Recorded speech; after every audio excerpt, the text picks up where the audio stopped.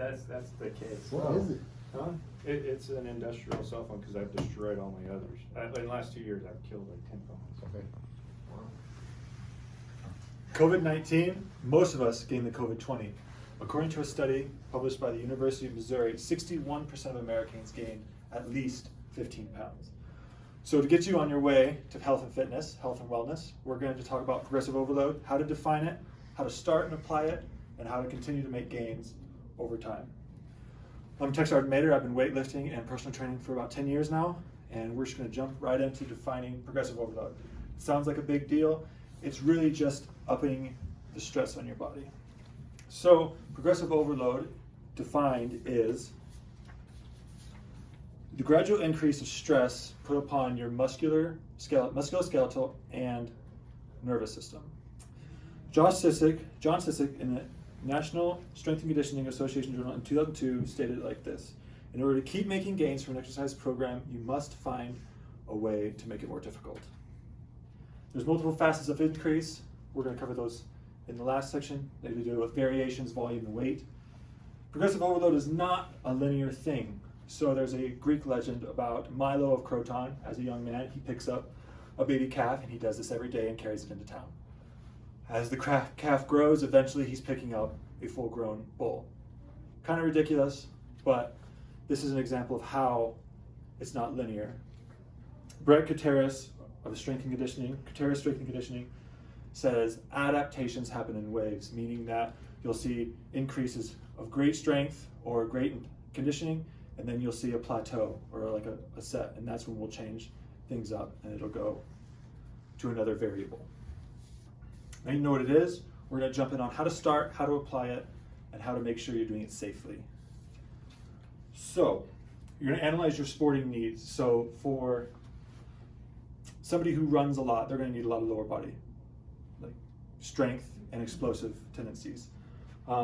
As mentioned, Brett Gutierrez published an article that said when he trained an elderly sedentary woman, she was only able to do squats of 8 inches. And then he trains a high school aged male athlete, and he's able to do deadlifts of 225 pounds, and he's squatting, lots of weight.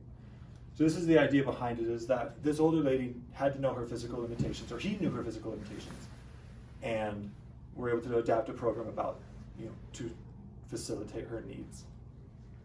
You need to identify the muscles and joints required. So obviously, like we talked about, a runner is going to need more explosive lower body muscles. So we're going to do things like squatting and lunges and explosive lower body movements.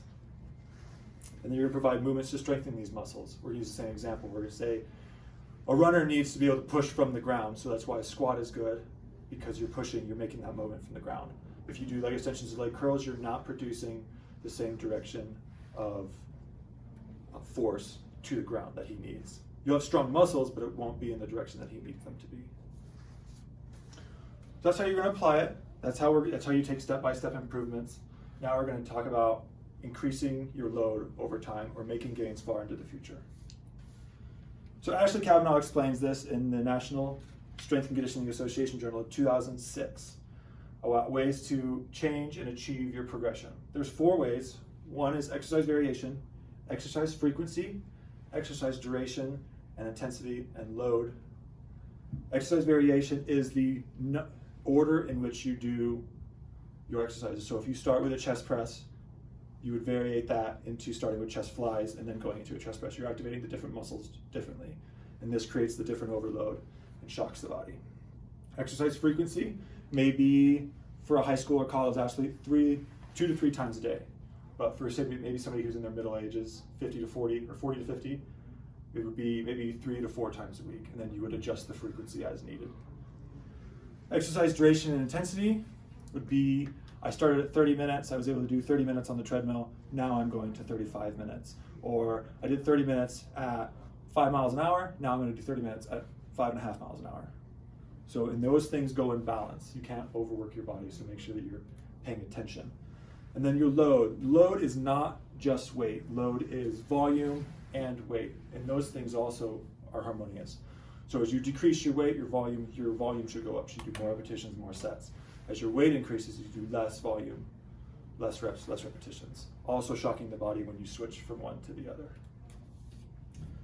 We discussed overload, how to apply it, how to take the steps to make it safe, and how to make those gains long into the future. We're gonna wrap it up. Progressive overload is a major tenet of fitness and personal achievements. There are specific steps to make it safe and to make it successful. With a lot of us putting on extra weight, it is now more important than ever that we take into account our health and wellness.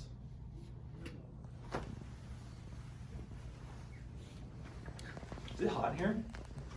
No, No. it's definitely you.